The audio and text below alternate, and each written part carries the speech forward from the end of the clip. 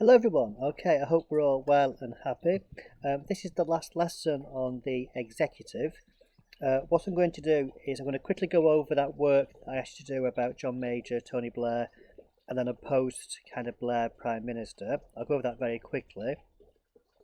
I then want to do a little bit of comparative work between the different Prime Ministers. There's a table in your booklet on that. And then finally there's that work on our Prime Minister's presidential. Essentially, in the exam, the types of questions you can get on prime ministers tend to be around their power.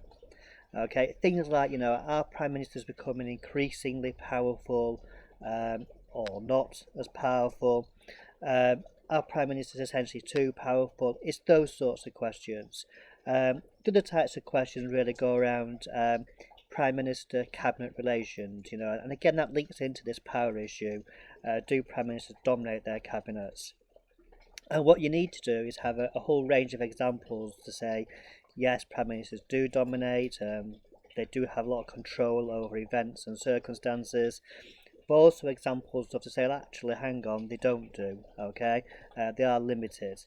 And what you should have got for doing that work on Major, Blair, and then another prime minister since Blair, is that you should have some really good examples of prime ministers dominating, really pushing through a certain agenda, being, if you like, presidential. We should also have examples of prime ministers being much weaker at that and not being able to do those things.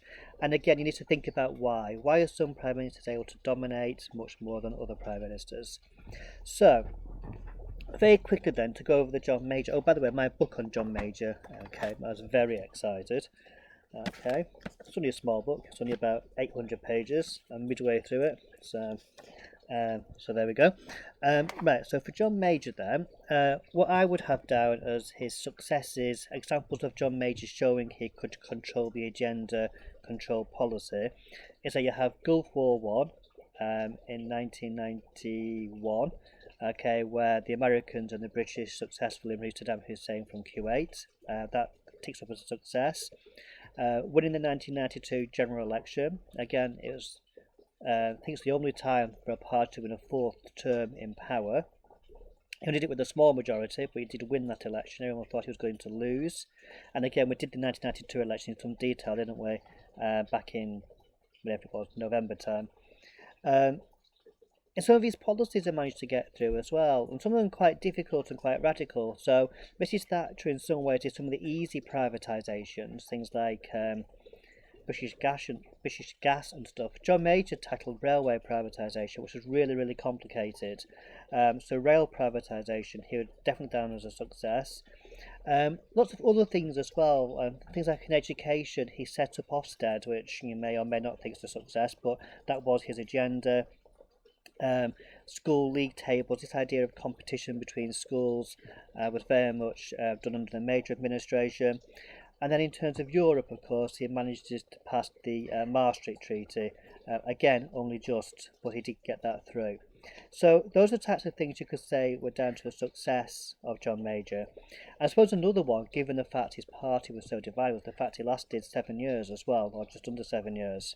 It does kind of show you had quite a high degree of party management skills, dealing with quite a lot of big characters who really disagree with him, especially on Europe.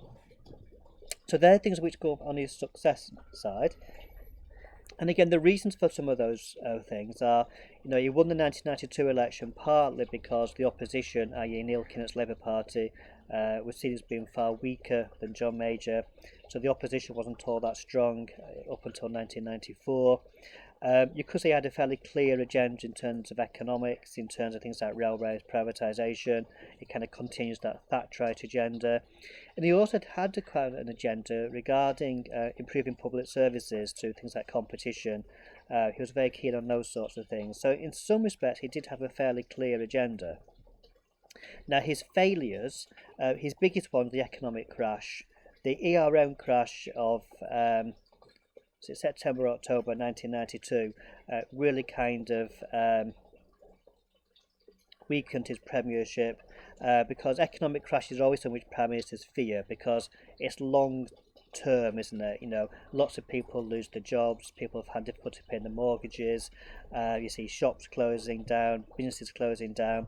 These things take a long time to heal, and so Prime Ministers always tend to fear economic kind of problems.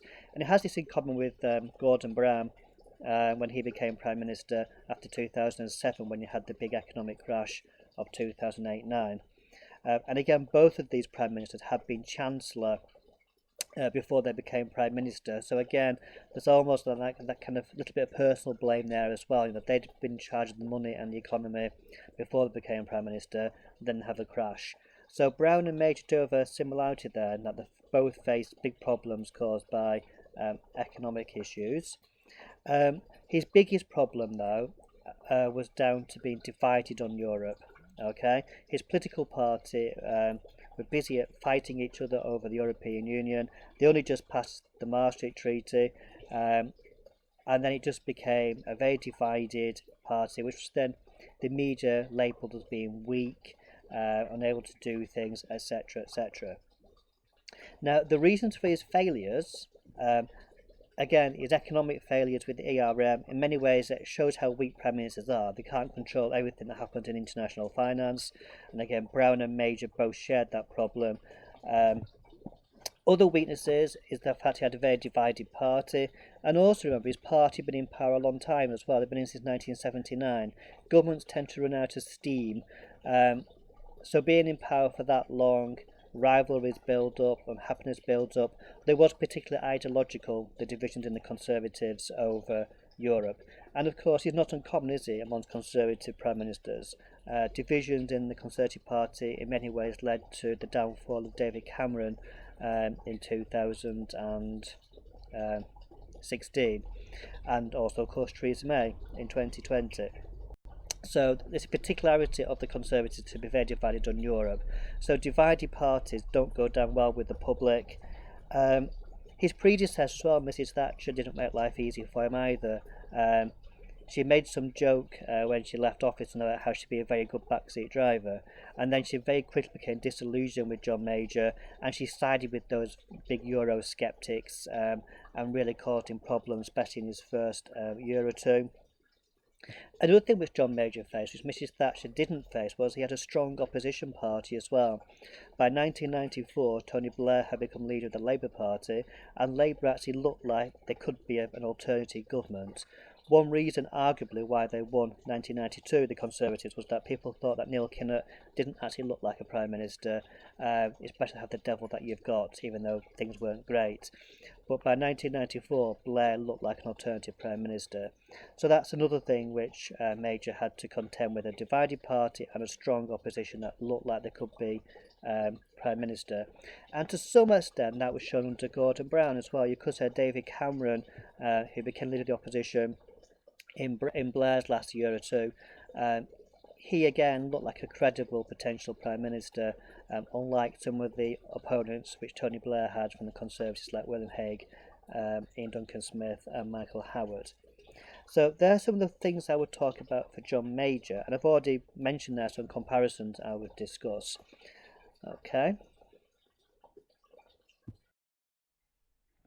Okay, sorry about that. I had to move inside. The batteries on the machine were running out. I've had to plug it in. I'll switch it on, haven't I? Yeah. Okay then, so we've done Major. So for Tony Blair then, in terms of successes, we've got Northern Ireland. The peace process in Northern Ireland, he would definitely have down as a strong success. He won 3 general elections with big majorities in all 3 of them. He provided lots more money for public services, especially schools and hospitals. You have Kosovo, dealing with the Kosovo crisis in the former Yugoslavia. And there's a very prolonged period of economic growth as well under Tony Blair. So there are some of the things I would put down as successes. And the reasons why he was successful and able to control those events was because he had a big parliamentary majority. So as we've already said, he'd faced a weak opposition under John Major in many ways in 1997. He had that really big majority which he won in the election. His party had been out of power for such a long time that even some of the more left-wing people in the party weren't prepared to cause any trouble.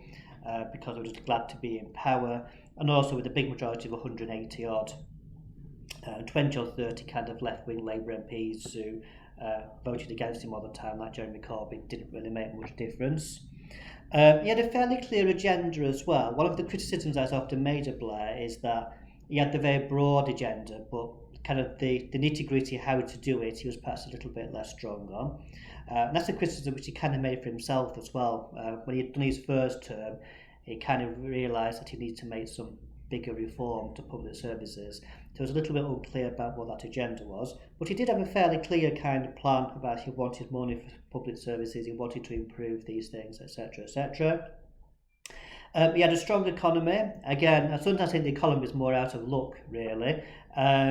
Obviously, they made some tweaks and stuff, but the John Major's government, following the ERM, that big economic depression or recession, really. I mean, in many ways, the economy had come back right again by 1997, but people just did not trust the Conservatives anymore with the economy. So he inherited a reasonably strong economy. He and Gordon Brown kept that strong economy going throughout Blair's period of office. So there's some of the merits for success. And then the Northern Ireland reason for success. Well, again, John Major done some early work on Northern Ireland to his credit. Tony Blair really went for Northern Ireland, to try and resolve the issues in Northern Ireland. He personally spent a lot of time in those first couple of years arranging the Good Friday Agreement, etc., negotiating with all these various people. And he kept his eye on the ball as well. So, again, the real crown and glory was when the DUP and Sinn Féin kind of formed a coalition government with each other under the Blair years. These two, both sides of the partisan divide. And again, Blair put a lot of energy into dealing with Northern Ireland. Okay, in terms of failures, I think obviously the big one is Iraq, isn't it? Okay, now Blair, of course, says it wasn't a failure, but certainly the post-war situation in Iraq, and that really did him political damage, isn't it? All that stuff about the dodgy dossier and all that kind of stuff, that constant kind of stream from 2003 onwards, whatever it was, with people being blown up in Iraq and etc. His opinion poll ratings collapsed as a consequence of that. And again, why was he not able to control the war in Iraq? Well, unlike the Gulf War, there's always a degree of luck in these things. The Gulf War as well, and for John Major, was quite limited, i.e. removed from Kuwait. But for reading that book I've been reading on John Major, there were lots of fears between him and George Bush, the President of America, about chemical weapons and stuff and what they were going to do. There's always a big degree of risk in foreign affairs in using the military. And that's really been borne out by the Iraq. We're obviously got a bit silhouette of now. That's really borne out in Iraq, how these things can go horribly wrong. In terms of domestic policies, in terms of failures, you could say he didn't deal with Gordon Brown. Brown was a thorn in his side in many ways from right early on.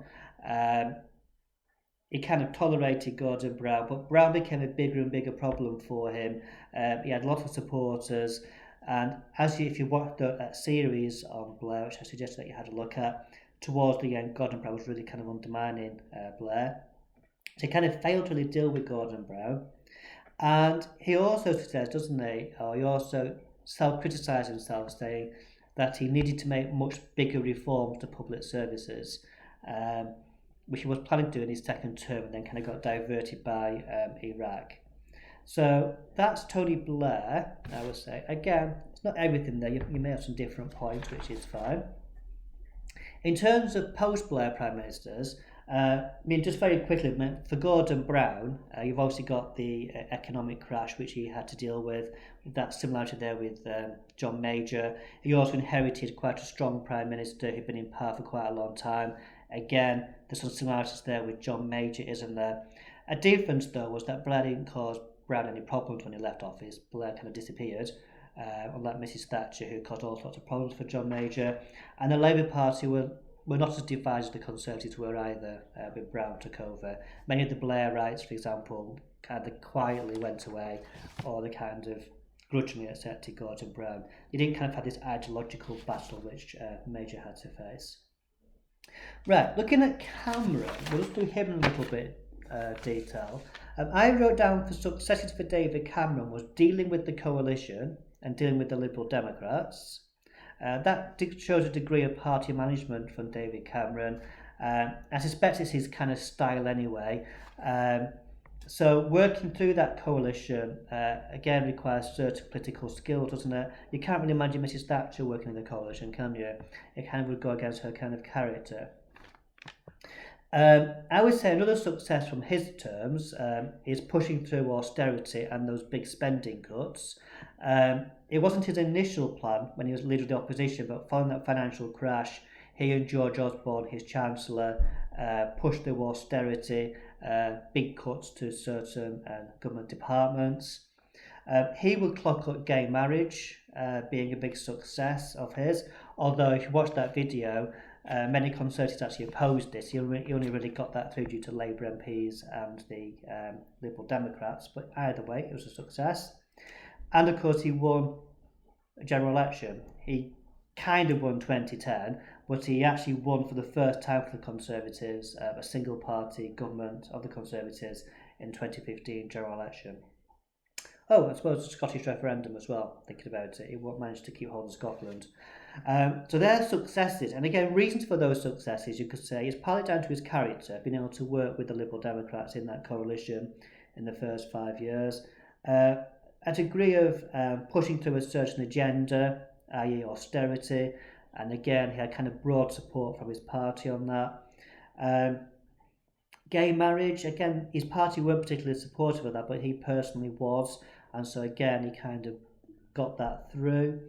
In terms of failures for David Cameron, clearly you've got the EU referendum of 2016. That's kind of overshadowed, doesn't it, most of his premiership, you can argue. And again, why did he fail on that? It's largely a bit like the problem that John Major had, a very divided party. The party, you could say, were fairly united on many economic issues, as there have been under John Major as well. The Conservatives are fairly united on economic issues, austerity, cutting back the state, etc., etc. But on social policies like gay marriage, less kind of cohesive, well, they were definitely divided, again, just like under John Major, over the European Union and what to do with it. And that really played out, didn't it, in Cameron, and obviously the defeat in that referendum and Cameron's own downfall. And I would say for Theresa May, again, that's much the same thing. Why did Theresa May fail? It's because her agenda wasn't particularly clear. Brexit means Brexit, but it was all a bit vague, wasn't it? She had a very divided party. Following the 2017 election, she lost that majority, which was only small anyway, and so her personal credibility kind of collapsed, isn't it? She was personally blamed by many Conservative MPs for why their mates had lost their seats, etc., etc. And also, I was reading Anthony Seldon's book on Theresa May. He argues that she was too tribal as well. She should have broadened out and realised she didn't have a very big majority and then no majority, and then thought, right, we need to work with Labour and the Liberal Democrats to try and get some kind of stop Brexit thing done as a way around, if you like, her kind of more Eurosceptic party members. But she didn't do. She was far too tribal, hated Labour, hated Liberal Democrats, and therefore was very unwilling to deal with them. So they're just some of the points. Now, as I said, essays on prime ministers tend to be around their power or relationship with their cabinets and things of that nature. And the better answers always have comparative examples, 2 examples. And I think there's certain pairings of prime ministers to think of. So you could say that some prime ministers like Major and Brown, they kind of pair up quite nicely as an example of 2 prime ministers who succeeded strong, dominant prime ministers. There are also 2 prime ministers who face a serious economic crash on their watch. There are also 2 prime ministers who inherited, if you like, a party that's been in power for over 10 years. So there's those similarities between those 2 prime ministers to explain perhaps some of the problems which they had. Okay, there are differences between the 2, like Brown did not have the same amount of divisions as Major had in his party. Okay, Thatcher and Blair have certain similarities as well, don't they? A fairly clear agenda, both had big majorities, both had quite a dominant kind of style in dealing with their cabinet. So again, there's some similarities there, but again, there are differences between the two. Theresa May and Major have the obvious same similarity in very small majority and a very divided party. Okay, so when looking at essays on prime ministers and you're doing your comparative examples, then there's some of the natural kind of pairings, I would say. You know, Blair and Major often match up, a little bit of May as well. Blair and Thatcher often match up. Cameron's a little bit of an oddity in some ways, because obviously coalitions are very unusual. But again, divided parties, so that links in with Major, doesn't it, and May as well. Okay, so when you're doing essays, then you need to put these examples in. You know, you say, for example, blah, blah, blah, which was similar to this Prime Minister who also had this problem. Okay then, so what I'd like to do, and the idea is partly just to help you think about these kind of pairings, is the table in your booklet where you have to compare Prime Ministers, and there's a whole range of points I thought of. Big parliamentary majority, small parliamentary majority. So which Prime Ministers had a big parliamentary majority? Ooh, Blair and Thatcher. Which ones, and Johnson as well, I suppose. Which ones had a small parliamentary majority? Ooh, May, Cameron, Major. Okay. Which ones had a clear agenda, unclear agenda, succeeded weak Prime Ministers, etc., etc., etc. Okay, so if you could do that table, have a think about everything that you've done on those Prime Ministers, to think of Prime Ministers who share similar characteristics, so to speak. That would be great. And then finally, the last thing is, there's been this debate about are Prime Ministers presidential? And again, it's this issue about power. And the idea is that a president, like the US president, in many ways seems being powerful because they seem to dominate government, they dominate the agenda. People vote for a president as opposed to his party. It's those kind of things. And there's been this big debate about are Prime Ministers in the UK really presidents? You know, does everything centre around the Prime Minister and his or her popularity as opposed to the government wider? And what I'd like to do is on that table, if you use the Lynch textbook, and I think it's on page 159, let's double check.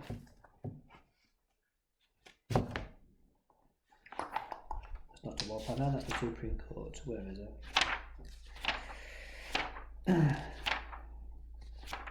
It's somewhere. Here it is, 145. Okay, there's a bit of 144 about is the Prime Minister predominant, which I think is actually more kind of truthful. And then it's talk about presidentials on page 145 and 146. And there's like a little debate table as well. So if you could use that to do the table, that'd be great. Also put in examples of what you've done about from the Prime Minister we've been looking at. I'll also send you the link. There's a voice thing on that site which I've shown you before, podcast, whatever it is, where they're discussing Prime Ministers being presidential or not. So listen to that, it'll give you some more stuff as well. And that should then wrap up the executive. We'll have to do an essay on it at some point. I might set an essay on Thursday or Friday, which is a source one that, didn't we? So it'll have to be just a normal straight essay. So on Friday I'll do an essay. I've just made a Kahoot on John Major, so I'll send out the link for that this afternoon. And I think it's going to rain tomorrow, isn't it? It'll not be as nice, so I'll do a Tony Blair one tomorrow as well, and possibly a post Tony Blair one as well. Okay, any problems with any of that, then please let me know. I'll do what I can. The next topic we're going to do is called relationship between institutions. Some of it we've already done. I've kind of inserted them into other bits. Well, basically it's looking at the Supreme Court and the European Union and this issue about sovereignty. Okay, so I need to upload the stuff onto Teams for that, but that is the next area, and that should take us about 2.5 weeks or so, which takes us nicely up until the end of term, doesn't it? Okay, so if you get that done for me, and I'll do the next video Thursday or Friday on the next topic.